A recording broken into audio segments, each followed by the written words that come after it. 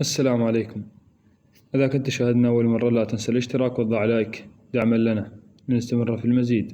من حسن حظ بعض اللاعبين أن تكون آخر مباراتهم على ملعب من ماستيا في فالنسيا، اعتبروه مباراة اعتزالكم. قدمت لكم على طبق من ذهب بفضل كاسياس. ارفعوا الراية البيضاء أنتم وجيوشكم البغاء الأفضل دائما.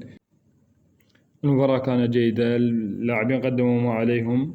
سوء الحظ حالفنا في بداية الدقائق، الحكم لم يكن معنا، لم ينصفنا في بعض الأحيان، دخلات عنيفة على اللاعبين، والأخطاء تحدث مع أي لاعب في كرة القدم، واللعبة فوز وخسارة.